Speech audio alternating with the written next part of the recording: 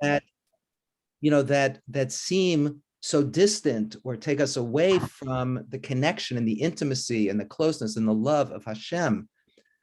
And what I've been discovering is that if we can really be with those other small v voices like fear and shame and hurt and anger, that those two are the most hidden places where the divine actually is too. If we really, like at the beginning when you were talking about noticing our bodies and our hearts, and could we just notice the closed heart? Could we bring a little compassion to that closed heart to see if the heart can open up? Can we bring that same compassion, that awareness to the shame, to the darker places? Because those are also places of the divine. I think that's where the Shema as a practice really wants to take us. Absolutely. Absolutely. We will be, first of all, going there for our third class in Hashem Elokeinu, which is the unification of chesed and din, of loving kindness and stringency, and in which we discover that really they are all Hashem, they're all chesed, they're all love. And within those voices, we can also find the love. And I just, my wife's friend was just sharing a little bit about IFS, interfamily systems, and was speaking about the way in which we have these essential elements of who we are, and we have different parts of ourselves who come and block. But then the most dangerous fall is we have other parts of ourselves that get angry at the other parts of ourselves that are blocking, instead of accepting, oh, I have this part of myself that's currently blocking that bigger voice. I have these little voices that are asking for my ear. And if we ignore them, then they just get louder and louder and louder. May I respond? You must be very intuitive, because I am an internal family systems psychologist. And I spend a lot of time, for those of you who are listening who don't know what internal family system psychotherapy is, it's one of the leading edges of the field of psychotherapy that really integrates in a secular way the divine presence in our lives, but also sees that there are multiple parts or voices within us that are also sacred. So I spend a lot of time doing this dance between IFS and Jewish spirituality. So it's amazing you picked up on that with me. Amazing. I mean, thank you so much, Dana. I see. I'd imagine your name is not Stone of Blackheath, but I don't have a name to refer to you as. Oh, my name? Yeah, sorry. No, sorry. Sorry, it comes up that way. I'm Andrew Avram, but I'm a lord in the UK, so my title comes up. I'm sorry. Connected to what was just being said, I am 80 now. I ran away from Judaism when I was about 16 because of all this fear and listen and be afraid. And, killing the firstborn and drowning an army. And in Pesach, there's a wise son, a wicked son, a stupid son. There were 4 children in my family. And it was a meh. And I then started, first of all, I started to smoke hash. Then I started to meditate in a Buddhist way.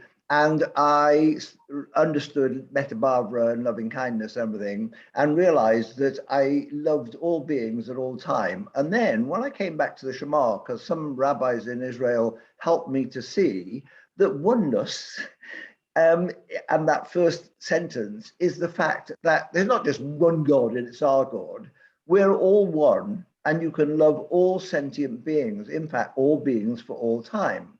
And therefore, I'm not sure why, well, very, very little of what you said, was listen, if in fact, I don't obey any of the laws because I'm frightened. I don't not steal or not kill because I'm scared I'm going to be punished. I do it because I love the oneness of God. And I love the fact that we're all one. And therefore, I don't want to steal. I don't want to. So sorry, I'm being aggressive here, but I'm just saying that I think that Jewish teaching doesn't say enough. You said about the kiss, but the embracing love of the oneness. Absolutely. I think that, yeah, I mean, I absolutely do not have an answer. I just have a few thoughts, and I love what you shared. A few things. One is, I know in myself, I recently got married, Baruch Hashem, and in that relationship, I've realized so many aspects of myself that are not beautiful, or that seemingly are not beautiful, that I'm not proud of, and that are tough, and I have anger, and I have jealousy, and I have all these things. And similar to what Daniel was speaking of, we also we have fear. Fear is a part of us, and I wonder what place that has in a healthy relationship with ourselves and with the divine, where that comes in. Because again, as Daniel was saying, we do want to, and especially in the Shema, we do want to be also compassionate to that which seemingly takes us away from the oneness, and to reincorporate it as part of the oneness, as an element in that complex menagerie of aspects that create the unity. But I agree that 100% that our focus in our tradition has been weighed far, I don't know, too much. I'd say maybe like inappropriately, or not reflective of its truth, to the side of fear. And potentially, I would want to offer that could be a product of being in exile. And the mindset of exile is one of fear, is one of, if you don't, then guilt. If we don't protect, if we don't close in and keep out, a protectionist model, right, of keeping out any dangers, then we're in trouble, then we're lost. And we see that in much of in much of Jewish community around the world, that we're trying to teach our children based on a sense of, if you don't, then sense of guilt, that but they've died for you and now you're not. And this generation, as we see, of both that both you and I are a part of, even our distance, is requesting something else. And I think it's part of our return to our land, and part of our meeting back with the East.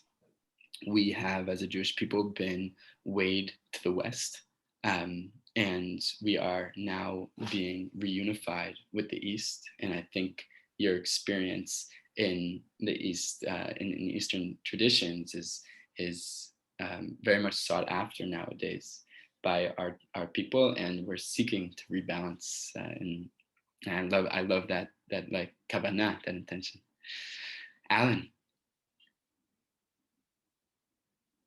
You're muted. Alan, you're on mute. Hi, Nadav. Yeah.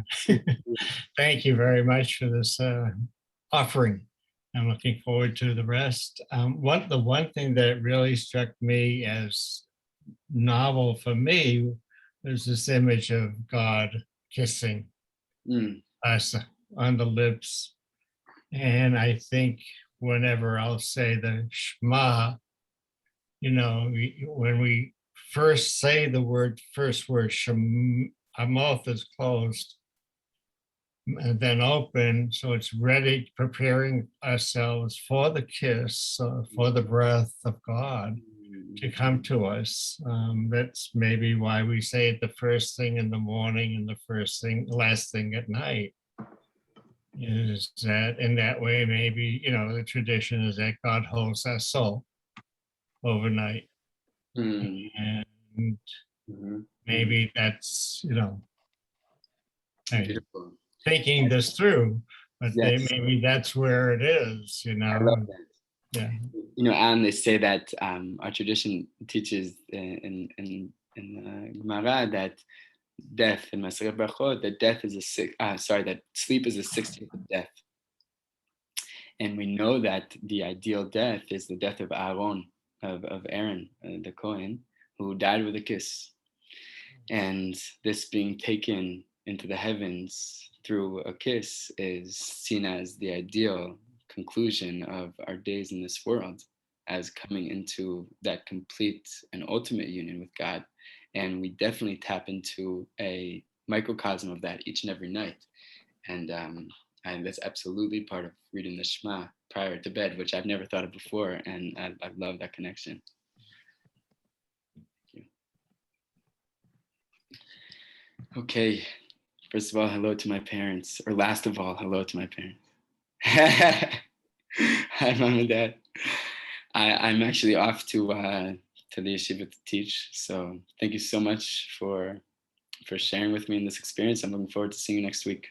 Nadav, nice to see you and to partake of your knowledge. Thank you so much. Who's speaking? Is that Steve? Steve. Steve, great to see you. Wonderful to see you. You look wonderful. Thank you so much. I really appreciate it. Really appreciate Hi, it. Nadav, Chantal, and Michal. See you soon. And thank you. That was great. Happy Shabbat to all. It was lovely to be here with everybody. Nadav, you were amazing.